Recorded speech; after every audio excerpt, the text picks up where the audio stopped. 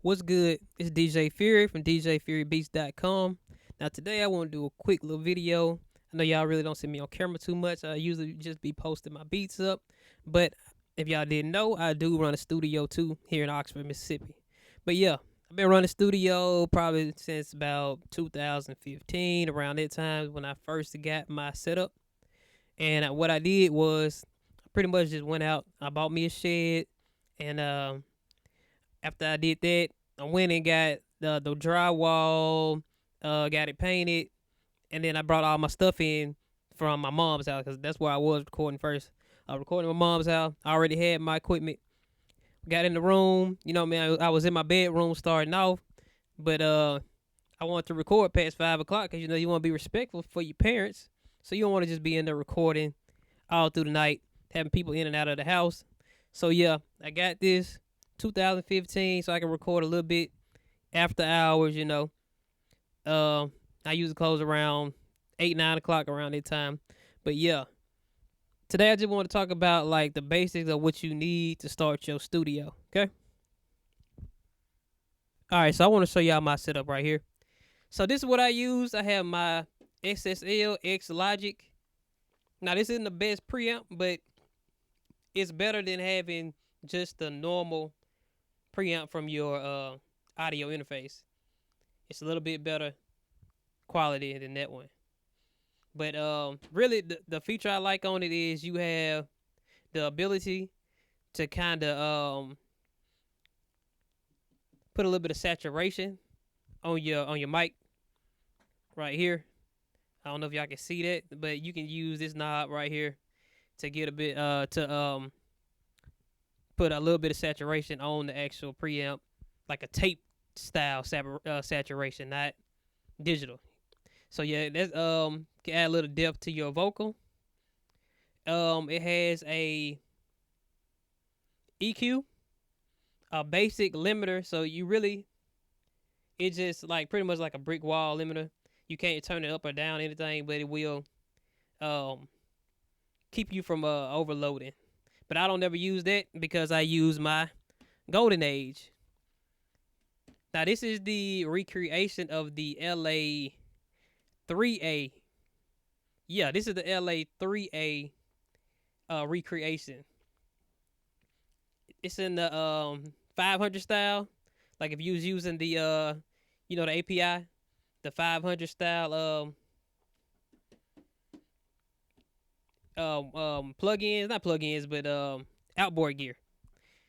So I use that. I do have this little Behringer compressor, but I don't use it at all. I just got that sitting right here. Now I usually use that when I'm doing my live gigs. Like for this mic right here, like this is my live mic when I'm DJing. I just have this on here just to keep the peaks down on when I'm doing my live shows and stuff. Now my interface is old and beat up, but this is what I use right here. This is the RME Babyface. I had this for a while. Probably got this back about 5 or 6 years ago, maybe even longer than that. But it was this interface right here was $750. Now it's a great sounding interface. The only thing right now it's just not up to par as far as latency goes. So for a good sound, good preamps, if you don't have a external preamp, it's pretty good. But as far as latency goes, you can get you something better nowadays. So, but yeah, I'm still using it for now. I'm probably gonna upgrade pretty soon. All right, so these are the monitors I'm using. Now I did get these used right here from Guitar Center, but so far these probably some of my favorite monitors I had. These are the older Mackie HR824s. Now these are not the Mark IIs, these are the Mark 1s. They sound pretty good though. I can get some pretty good mixes off of these. Pretty accurate. Before that, I was using the KRK Rocket 8s. But these are the ones we used in school. We actually used the Mark II. So I had a pretty much a good feel for these coming out of school when I went to SAE in Atlanta. But yeah, they still had like a pretty similar sound to the Mark IIs, but the Mark IIs are a little bit improved. But yeah, I use these. My go-to choice, Mackie HR824s. Now they are a little bit pricier. To me, they sound a little bit better than the Rocket, the KRK Rockets. You know what I'm saying? I used them for a long time.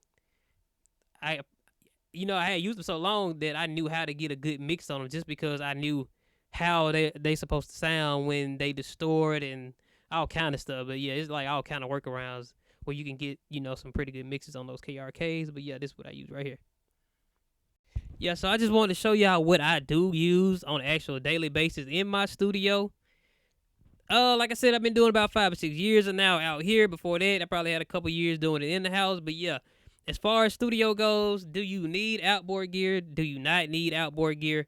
I say it depends on what level you at.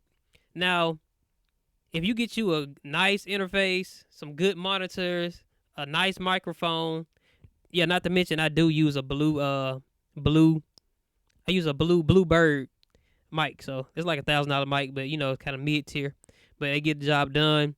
Really good for like rap vocals and singing. Already has the pretty good highs on it. So if you want like a real crispy highs on your mic or whatever, before you have to go in there and do it with your EQ, sound pretty good out the box. But yeah, that's what I use for my mic. But let me get back to what I was saying. So yeah, in conclusion, do you need outboard gear? I feel like it's what level you're at with your equipment. So like, it's certain levels to like everything you do as far as price wise when it comes to all of this equipment as far as engineering goes. Now, you can get a pretty good mix on some of the cheaper stuff, but it always go back to that saying, you get what you pay for. So I think that you can get a easier mix with with some outboard gear, but at the same time, it really boils down to your skills. You know what I'm saying? Like, you can know how to add this, add the right EQing techniques, the right compression techniques, when to use saturation, like when to use distortion. If you know how to use all your tools well, you can get a pretty good mix without outboard gear. But for me, it helps me out a lot having that preamp, because one thing with having just that R&B baby face right there, you don't get any drive out of your preamp like you can with the SSL. Now, I don't have the fire face, like it might be different for that one, but really pretty much all you can do is just turn your preamp up or down. Now with the X Logic, even if you didn't have these knobs up here where you could put a little bit of saturation on your mic, you can still use the regular gain knob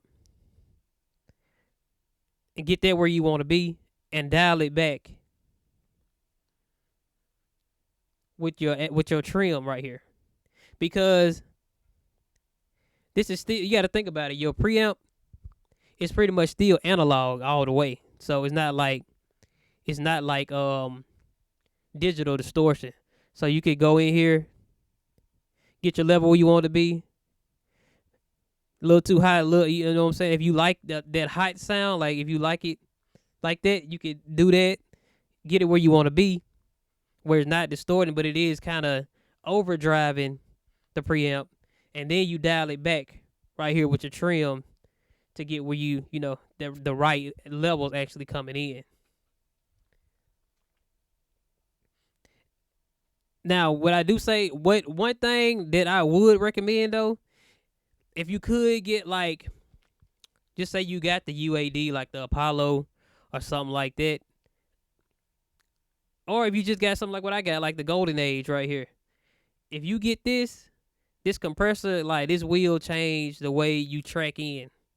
Now, I do a lot of rap. I do probably like 90% rap.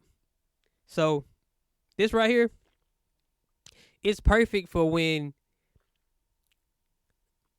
just say you got somebody coming in and They do their verse first, right?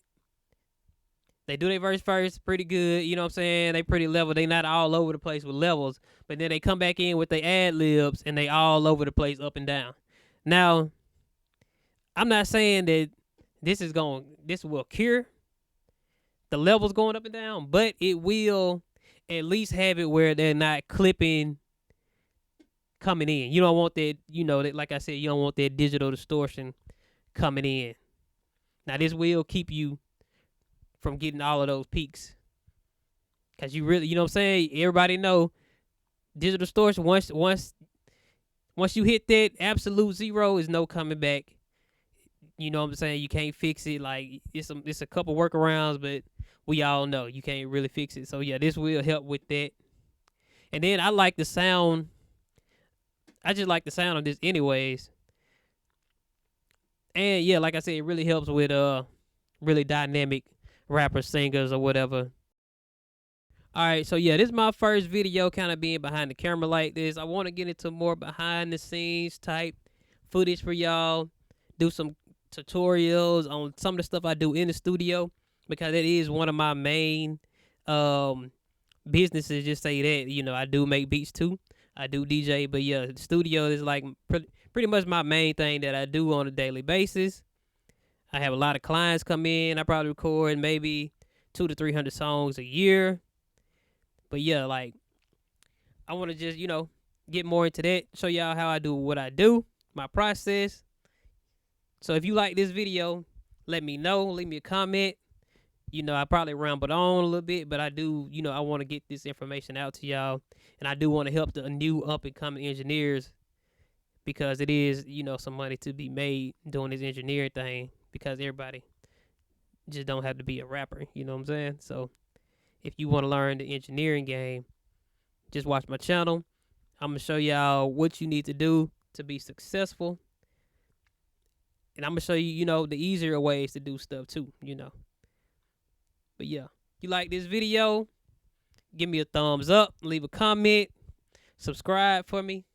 All right, appreciate it.